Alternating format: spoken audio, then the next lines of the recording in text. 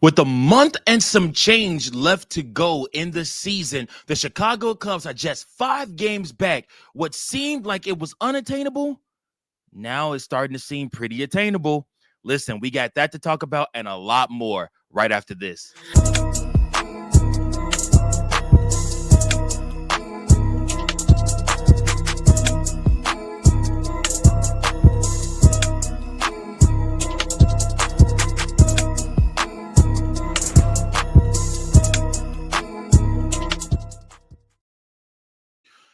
Yeah. What's going on, Chicago Cubs Central family? It's your boy, Mike Jones, back again with another episode of Chicago Cubs Central. Remember, this is your number one spot for all things Chicago Cubs. I'm your host, and I'm happy to be here with each and every last one of you. What are we talking about today? Well, we got 3 hot topics for you. That's right, pun intended on that. First one being the Chicago Cubs beating the Los Angeles Angels, sweeping them for the series.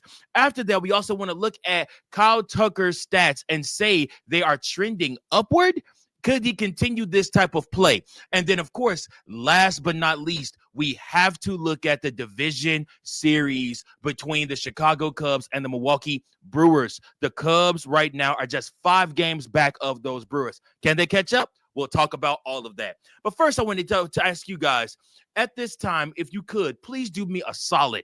Go ahead and hit that like button. Go ahead and hit that share button. Go ahead and hit that subscribe button. And please make sure that you hit that notification button. If you are watching on Apple or Spotify, listen, leaving a 5-star review and making sure that you like the pod, so that way you never miss one of the times that I upload, means so much to me and to the success of this show. So I appreciate each and every last one of you that are tuning in wherever you may be tuning in from. Thank you. All right, let's get down to business. First and foremost, the Chicago Cubs do go ahead and take another victory, a series sweep victory over the Los Angeles Angels, winning this game 4-3. And we have familiar faces all over the place. That's right. We saw Kyle Hendricks. We saw what's his name? I believe it's Andrew Chafin pitched in this game, and it's like, oh my goodness, memories gonna be the death of me. Watching Kyle Hendricks on the mound, it wasn't the nostalgic Kyle Hendricks, just because it was not the same Kyle Hendricks that we were used to. I mean, I guess it was the same Kyle Hendricks we were used to towards the end of his career or tenure with the Chicago Cubs, but definitely not the Kyle Hendricks we were used to in his prime. Remember, Kyle Hendricks spent 10 years with the Chicago Cubs pitching for them, and I would say 8 of those he was damn near elite. So the last 2 years were kind of shaky, but Kyle Hendricks showed that he still can pitch in this league, and I think teams are still going to offer him contracts. Like I said, I mean, I believe he has a 2-year deal with the Los Angeles Angels right now. And then right after that, like I said, I'm pretty sure another team will offer him a deal, because Kyle Hendricks is still pretty good. I mean, his record is not terrible. 6-9 isn't terrible. He's pitched a bunch of innings this season too. He's not injured. He's always available to pitch for you. And like I said, I mean, you can't ask for anything more than that, to go out there and just get outs. And bottom feeding teams will look for somebody like that. I wouldn't be surprised if a Tampa Bay, if you know what I'm saying, the Mariners. I mean, I'm sorry, not the Mariners. If the Athletics or teams like that are going to look at Kyle Hendricks also as a potential.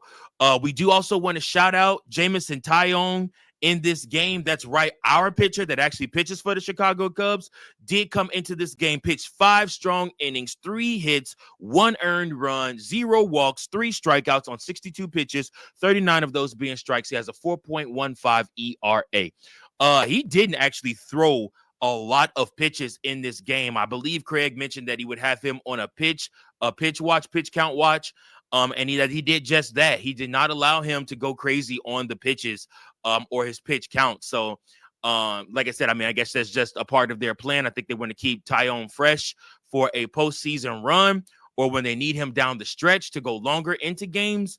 And yeah, I mean, like I said, we had the bullpen pieces ready to go, considering yesterday you only used one bullpen piece, and I believe the day before you only used two bullpen pieces. So we did get I believe his name is Andrew. We did get Andrew Kittredge in this game, and he did go ahead and give up two runs in there. I'm sorry, one run in this game. One unearned run was given in this game by him.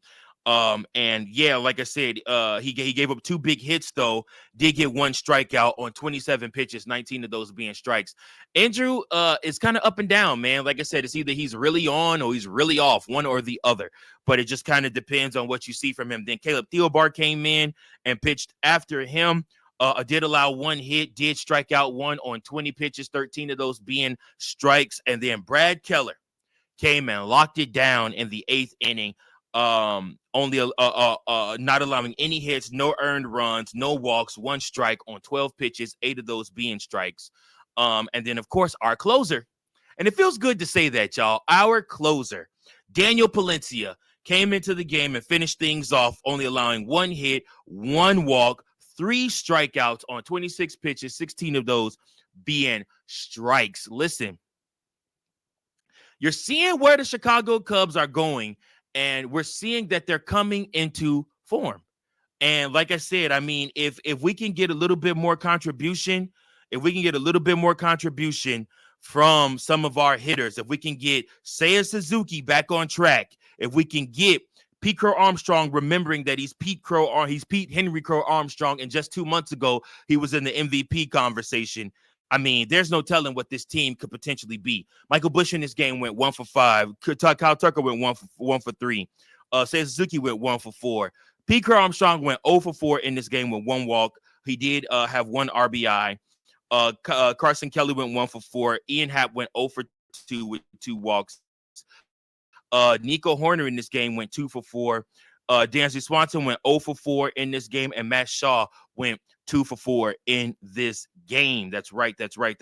I am going to go ahead and say that your pick to perform player of the game was none other than Nico Horner, going 2 for 4. He has a .291 ERA. I don't believe his ERA has dropped under 2.87 all season long. I love Mr. Reliable. He can come in. He's going to get you base hits. He's going to take walks. He's going to eat up pitches when it comes to the elite pitchers in the game. He's a hard out every single time. And like I said, just the way he swung the bat today and what he was able to do in the game, also gaining an RBI in this game also, which the Cubs needed all 4 RBIs to win this one. So listen, man, this is how you do it. And like I said, I'm also very impressed with our closer, Daniel Palencia. So I need you guys to comment below. Tell me your thoughts. What are your thoughts on Daniel Palencia? Are you guys buying into him being a legit closer for the Chicago Cubs? Or do you guys still think that when the rubber meets the road, we can't trust him?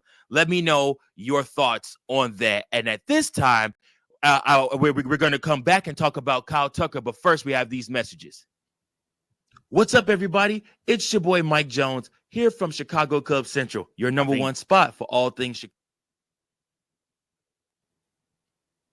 What's up, everybody? It's your boy, Mike Jones, here from Chicago Cubs Central, your number one spot for all things Chicago Cubs. And I'm here to talk to you about a product that has changed my life and is changing lives all across the country. That's right. What am I talking about? I'm talking about Dubby. What is Dubby? Dubby is an all-natural ingredient that helps with energy and also helps you to be able to get done what you need to get done. It helps with focus, with energy, and helps you to power through even the toughest of days. That's right. I know you may think to yourself, Mike Jones, how could you possibly run 2 podcast channels, run a private business, work a full-time job, have a family, as well as do all the other extracurriculars that you enjoy doing? Listen, man, I'm telling y'all my secret right now. It's Dubby. Dubby has helped me so much. It not only helps me with energy to stay up while I'm at work instead of taking those midday naps. Instead, I take Dubby, and not only does it help me power through my work day, but it also helps me to be able to be my best version of myself when I get home for my family and for all of you when I'm recording my podcast. That's right. W today can help you in so many different ways, guys. Listen, all you got to do is go online, search today for W. You can be better. I love W because it's jitterless energy and it helps so much. They have so many different unique flavors that you could only find through W. And on top of that, it's made right here in the USA. W has zero sugar. W is gluten free. W has no hidden ingredients in it. It's all fresh, all clean. It is the good stuff for you, made right here. And like I said, the drinks themselves, once you buy a jar, the drinks themselves basically come out to about $1 per drink when you make one. I take one, I put some cold water in my W tumbler and I shake it up and I'm going about my day. And I've had so much success since. It's also helped with my focus. I'm telling you guys, if you don't use W, you are missing out. And guess what? Today, when you choose to use W, if you go to the W website and you type in Cubs Central Pod 2024, when you place your order, you get 10% off today just for using Cubs Central Pod 2024 when you place your order. Guys, listen, I don't know what you're waiting on. W has changed my life. It can change yours too. All you got to do, head over to the website. They have so many different flavors. Place your order and then press Cubs Central 2024, Cubs Central Pod 2024, and place your order today. Don't miss out, or else.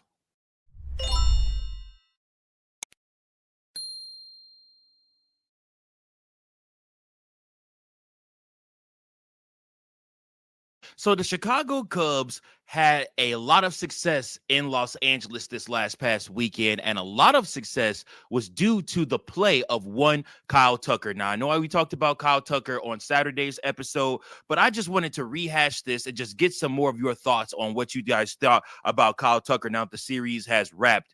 Kyle Tucker went 5 for 12 with 3 home runs, one double, 7 RBIs, 2 walks, and 2 strikeouts in the series. So Kyle Tucker saw a lot of success. These numbers lean more towards Kyle Tucker looking like his old self once again. So what are your thoughts below? Do you guys believe Kyle Tucker is truly back? Do you think that he is back into form and back doing what he does best? I do. I do believe Kyle Tucker is back and ready to roll. I'm excited to see what he does in the next series against the Giants. The Giants have a big field, and there's a lot of ground to cover there in San Francisco.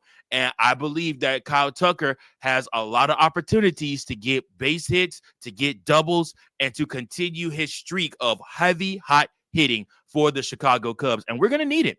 We're going to need it, man. We are in an all-out war right now for the division crown. And that brings me to my last topic.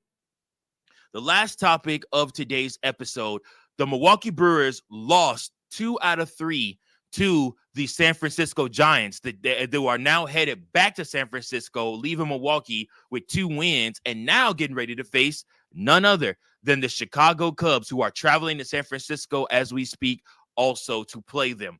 Now, listen, what does this mean? This means that the Cubs are just 5 games back of Milwaukee, and the Chicago Cubs have a chance to inch even so ever so closely to the Milwaukee Brewers. What's it going to take? It's going to take some clutch play in this next series. Listen, guys, do not pay attention to the San Francisco Giants record. The San Francisco Giants record is a trap.